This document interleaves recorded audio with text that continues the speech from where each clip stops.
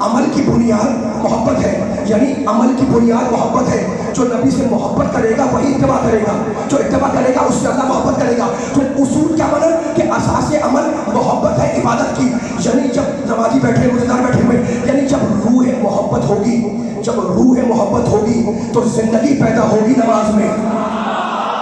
جب روح محبت ہوگی تو پھر روزہ زندہ ہو جائے گا، جب روح محبت ہوگی تو پھر حج بیدار ہو جائے گا، جب روح محبت ہوگی تو پھر زکوٰۃ پاک ہو جائے گی، جب روح محبت ہوگی تو پھر خمس احساس سے حق امام پیدا کرے گا، جب روح محبت ہوگی تو پھر کردار سنور جائے گا، جب روح محبت ہوگی تو پھر دل مومن آباد ہو جائے گا، جب روح محبت ہوگی تو پھر نماز عبادتوں کی معراج بن جائے گی، جب روح محبت ہوگی تو پھر سجدہ نماز کی معراج بن جائے گا، جب روح محبت ہوگی تو نماز کے تقدس کو بچایا جائے گا، جب روح محبت ہوگی تو پھر کمانوں کی کڑک تبسم کے سامنے ٹوٹ جائے گی، جب روح محبت ہوگی تو پھر کمانوں کی کڑک تبسم کے سامنے ٹوٹ جائے گی، جب روح محبت ہوگی تو پھر نو کے سنا پر حیات کے مفہوم تلاش کر لیے جائیں گے۔ ماشاءاللہ ماشاءاللہ ماشاءاللہ نبی کے چاہنے والے، جب روح محبت ہوگی تو پھر نو کے سنا پر حیات کے مفہوم تلاش کر لیے جائیں گے یہاں سے آخر تک، جب روح محبت ہوگی تو پھر کردار سنور جائے گا، دل سنور جائے گا، مسجدیں آباد ہوں گی، دل مومن آباد ہوگا، اس لیے کہ یہ روح محبت محمد کی محبت ہے، یہ روح محبت علی کی محبت ہے۔ یہاں ضرورت نہیں ہے کہ پکارا جائے، بلکہ روح محبت اس کیفیت کا نام ہے جس کیفیت نے جنت میں کسی کو آدم بنا دیا تھا، جس کیفیت نے طوفان میں کسی کو نوح بنا دیا تھا، جس کیفیت نے شولوں میں کسی کو خلیل بنا دیا تھا، جس کیفیت نے دربار فرعون میں کسی کو موسیٰ بنا دیا تھا، جس کیفیت نے بیمار ذہنیتوں کے درمیان کسی کو مسیح بنا دیا تھا، جس کیفیت نے سازش کدے ابو جہل و ابو لہب و ابو سفیان کے درمیان کسی کو آمنہ کا یتیم بنا کر پیغمبر آخر بنا دیا تھا، جس کیفیت نے مرحب کے سامنے بولے نہیں بولے، جس کیفیت نے مرحب کے سامنے کسی کو حیدر کرار بنا دیا تھا، جس کیفیت نے مرحب کے سامنے پیچھے گانے کی، جس کیفیت نے مرحب کے سامنے کسی کو حیدر کرار بنا دیا تھا، جس کیفیت نے شام کے بد خلقوں کے سامنے کسی کو خلق حسن بنا دیا تھا، جس کیفیت نے شام کے بد خلقوں کے سامنے کسی کو خلق حسن بنا دیا تھا، جس کیفیت نے ظلم شدید کے سامنے کسی کو صبر حسین بنا دیا تھا، جس کیفیت نے بغاوتوں کے ماحول میں کسی کو سید الصابرین بنا دیا تھا، جس کیفیت نے جہل کے اندھیروں میں کسی کو باقر علم بنا دیا تھا، جس کیفیت نے جھوٹ کی دنیا میں کسی کو جعفر صادق بنا دیا تھا، جس کیفیت نے قید و غضب کے ماحول میں کسی کو موسیٰ کاظم بنا دیا تھا، جس کیفیت نے اپنی منمانی کرنے والوں کے درمیان کسی کو علی رضا بنا دیا تھا، جس کیفیت نے تقوی میں کسی کو تقی بنا دیا تھا، طہارت میں کسی کو نقی بنا دیا تھا، جس کیفیت نے عسکریت میں کسی کو حسن عسکری بنایا تھا، اور جب کیفیت محمد اپنی معراج پر پہنچی تو بندہ خدا نے بھی مظہر اوصاف الہی بن کر وہی روح اختیار کیا جو روح خدا کا ہے کہ ہوں تمہارے درمیان نظر نہیں آؤں گا۔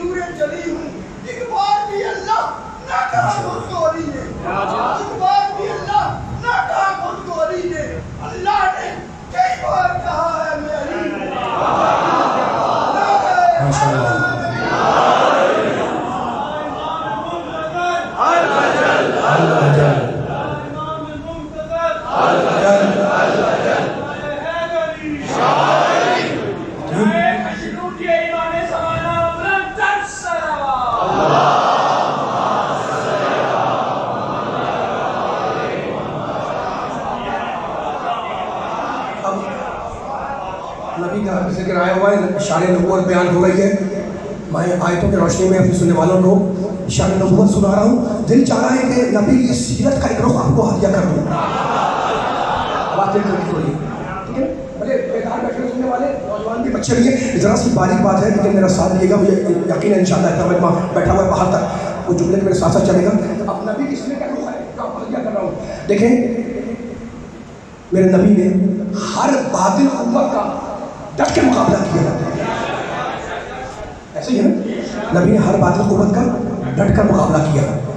ہر محاذ کو جیتا نبی نے, ہر محاذ کو جیتا, ہر محاذ کو فتح کیا.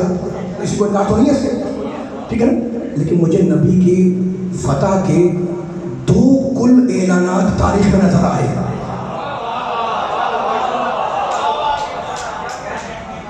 سوچے گا جملے کی دلیل کے بغیر میں نہیں چھوڑوں گا انشاءاللہ. نبی نے ہر محاذ کو جیتا, ہر محاذ کو فتح کیا, سلامت رہے کے بعد, ہے نا. لیکن مجھے 2 مقامات ایسے ملے جہاں نبی کی فتح کا اعلان سنائی دیا کان میں آیا. یعنی جنگ بدر پہلی جنگ مسلمان جیت گئے. آپ نے جنگ بدر پڑھی بھی ہے, سنی بھی ہوگی. بدر میں فرشتے آئے, اللہ کہتا ہے ہم نے مسلمانوں کی مدد کی اور مسلمان جنگ جیت. آپ نے کتابوں میں پڑھا ہوا ہے, لیکن جنگ بدر جیت تو گئے. دیکھنا دکھائیں مجھے کہیں بھی تاریخ میں جنگ بدر کی فتح کا اعلان نہیں ہے. کوئی رخ ہے جو سننے والے بھاجا کر رہا ہوں, ٹھیک ہے نا. جنگ احد 3 ہجری میں ہوئی, ٹھیک ہے. جنگ کا ابتدائی حصہ مسلمان جیتتے رہے. وہ گھاٹی پہ وہ لوگ کھڑے ہوئے تھے, پیغمبر نے جب تک کھڑے رہے مسلمان جنگ جیتتے رہے. جنگ احد میں بھی مسلمان ابتدائی جنگ جیتتے رہے, لیکن کہیں نہیں ہے فتح کا اعلان جنگ احد کے اندر. جیتے ہیں جنگ ابتدائی حصہ, فتح کا اعلان نہیں ملا, ٹھیک ہے. اچھا جنگ خندق تو سب جانتے ہیں, کلے کفر مارا گیا ہے نا. وہاں بھی فتح تو ہوئی لیکن فتح کا اعلان کان میں نہیں آیا. بس علی والوں, نبی والوں, قرآن والوں, اللہ والوں, مجھے تاریخ میں 2 مقامات ملے جہاں فتح بھی ہوئی, فتح کا اعلان بھی ہوا.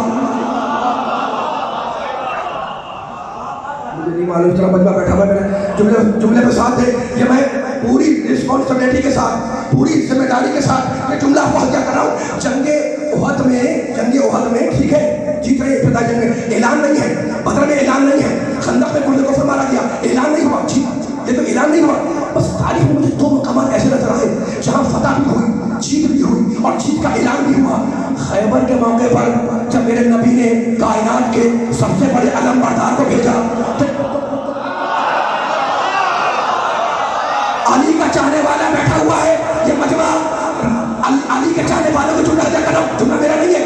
نبی نے کیا کہا تھا خیبر کے موقع پر, لَأُعْطِيَنَّ الرَّايَةَ غَدًا رَجُلًا كَرَّارًا غَيْرَ فَرَّارٍ يُحِبُّ اللَّهَ وَرَسُولَهُ وَيُحِبُّهُ اللَّهُ وَرَسُولُهُ وَلَن يَنْجِحَ حَتَّى يَفْتَحَ اللَّهُ عَلَى يَدَيْهِ. کہنے لگے کل میں اسے علم عطا کروں گا جو مرد ہوگا, کرار ہوگا, غیر فرار ہوگا, اللہ و رسول کا دوست ہوگا, اللہ و رسول اس سے محبت کریں گے. وَلَن يَنْجِحَ اور وہ پلٹے گا نہیں جب تک اللہ دونوں ہاتھوں پہ فتح نہ دے دے. ماشاءاللہ سلامت رہے. کوئی فیصلہ ہونا ہے انہی جملوں کو ملا کر تاریخ کے ٹانے ملا رہا ہوں. مولا کائنات مجھے طاقت دے کہ آخر تک سننے والوں کو یہ پیغام دے دوں کہ میں نے موضوع کا چھیڑ دیا ہے. نبی نے خیبر میں فتح کا اعلان کیا, اللہ اس کے دونوں ہاتھوں پر یفتہ فتح دے گا, فتح کرے گا, ہے نا. تو ہمیں خیبر میں فتح کا اعلان سنائی دیا. یہ ایک موقع. اور اس سے پہلے حدیبیہ کے موقع پر جب صلح ہو گئی, نبی نے صلح کر لی اور نبی واپس جانے لگے تو لوگوں کو شک ہوا کہ ہم تو ہار گئے, ہم تو شکست کھا گئے. خدا نے آیت نازل کی, اِنَّا فَتَحْنَا لَكَ فَتْحًا مُبِينًا.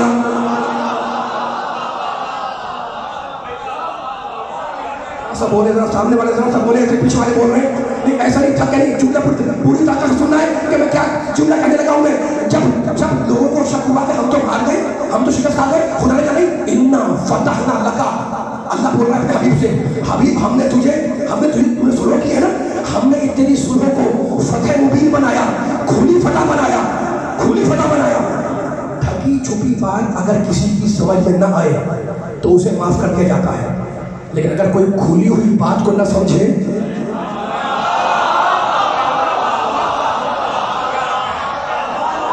نہیں معلوم کہ سامنے والے میرا ساتھ دیں گے نہیں دیں گے. ڈھکی چھپی بات کوئی بتایا مجھے, میں کو بھائی سمجھ میں نہیں آئی, آپ نے کوئی بات نہیں, ڈھکی چھپی بات تھی. لیکن اگر کوئی کھلی سی بات سمجھانا چاہے اور وہ کسی کی سمجھ میں نہ آئے تو وہ قابل معلومت ہے نا. اللہ نے کیا کہا, حبیب تم نے جو صلح کی ہے یہ صلح نہیں ہے, یہ فتح مبین ہے, کھلی فتح ہے. تو قرآن نے بتا دیا کہ قرآن اور محمد کی صلح کو کھلی فتح کہتا ہے, فتح مبین کہتا ہے.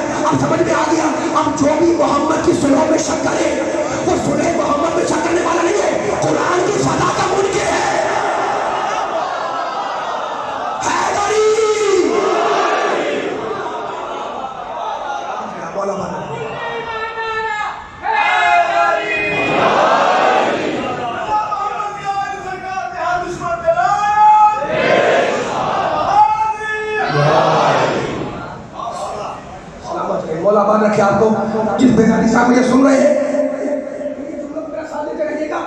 چوتھی مجلس ہے، میں کوئی اہم پیغام دینے والا آپ سننے والوں کو آخری منزلوں سے قریب کر لوں، ٹھیک ہے نا؟ تو اب کیا ہوا؟ اب پوری گفتگو کا خلاصہ دے رہا ہوں میں، ہے نا؟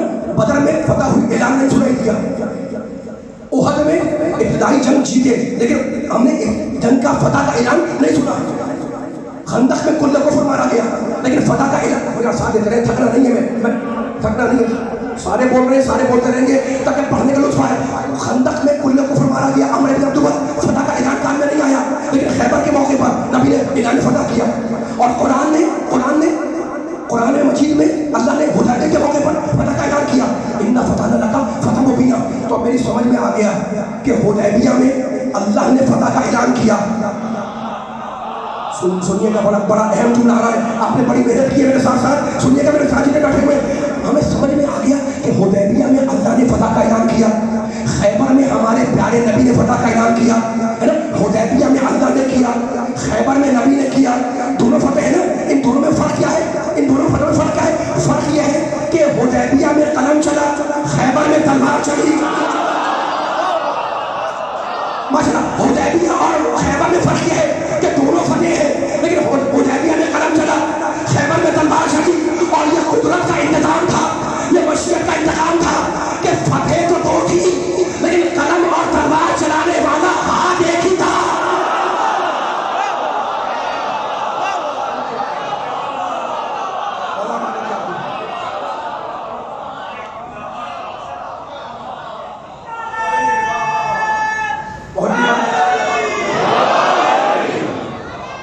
سلامت رہے،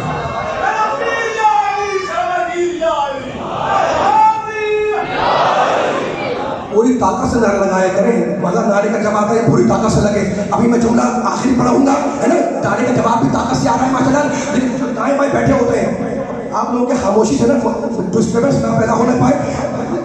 بار بار کہتا ہوں کہ دوسری کلاسز میں، دوسرے اسکولوں کے اندر، یونیورسٹیز کے اندر لیکچرار بولتا ہے، باقی خاموش ہوتے ہیں، ہے نا؟ حسین کے مجلس میں ذاکر بھی بولتا ہے، سامعین بھی بولتے ہیں، تو بولتا ہوا مجمع لاہور کا بیٹھا ہوا ہے، اب بیان کو آگے لے جا رہا ہوں، پوری گفتگو کا خلاصہ دے رہا ہوں میں، ٹھیک ہے نا؟ ایک ہی انسان ہے، اگر قلم سنبھالے تو اللہ اسلام کی فتح کا اعلان کرے، ایک ہی انسان ہے، ایک ہی ہاتھ ہے، اگر تلوار اٹھائے تو نبی فتح کا اعلان کرے، اور قدرت یہ چاہ رہی تھی، یہ دونوں فتح ہے نا، قلم کی فتح، تلوار کی فتح، ہے نا؟ اور یہ دونوں فتح علی کے سر لکھی گئی، یہ دونوں مارکے علی نے سر کیے، مارکہ قلم بھی سر کیا، مارکہ صاحب بھی سر کیا، تو مجھے علی والوں کہنے دو یہ ایک ہی ہاتھ ہے، قلم اٹھائے تو خدا اعلان کرے، تلوار اٹھائے تو نبی فتح اعلان کرے۔ اب میری سمجھ میں آ گیا کہ جو اسلام کے مار گئے سیف و قلم کا فاتح بن جائے، قرآن کی نگاہ میں اسی کو علی کہتے ہیں۔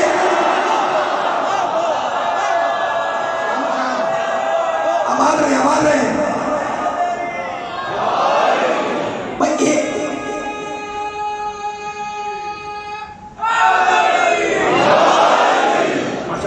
بڑا اپنے بڑا تاریخی نعرے لگا رہے ہیں، مولا آپ کی آوازوں کو سلامت رکھے، جو بیمار ہے انہیں صحت کاملہ ہو، اس لیے کہ میں نہیں کہہ رہا ہوں، نہ کوئی ضمانت دے رہا ہوں، میں میرے امام نے کہا ہے، معصوم نے کہا ہے، ذکرنا اہل البیت شفا، ہم آل محمد کا ذکر شفا ہے، تو شفا ہے اور شفا ملے گی انشاءاللہ، ہم سب کو خیرات ملے گی آل محمد کے در سے، ہے نا؟ لیکن کہنے والے کہتے ہیں بھائی یہ کیا ہر بات میں علی کا ذکر، ہر جگہ پہ علی کا ذکر، ہے نا؟ بھائی نبی ہے مرکز، تو ہر بات پہ ہم کب کہہ رہے ہیں کہ نبی مرکز نہیں ہے؟ نبی تو مرکز ہے، کتنے کہ ہر بات میں علی، کوئی بات ہے اس میں علی، تو بار بار علی کا ذکر کیا تھا؟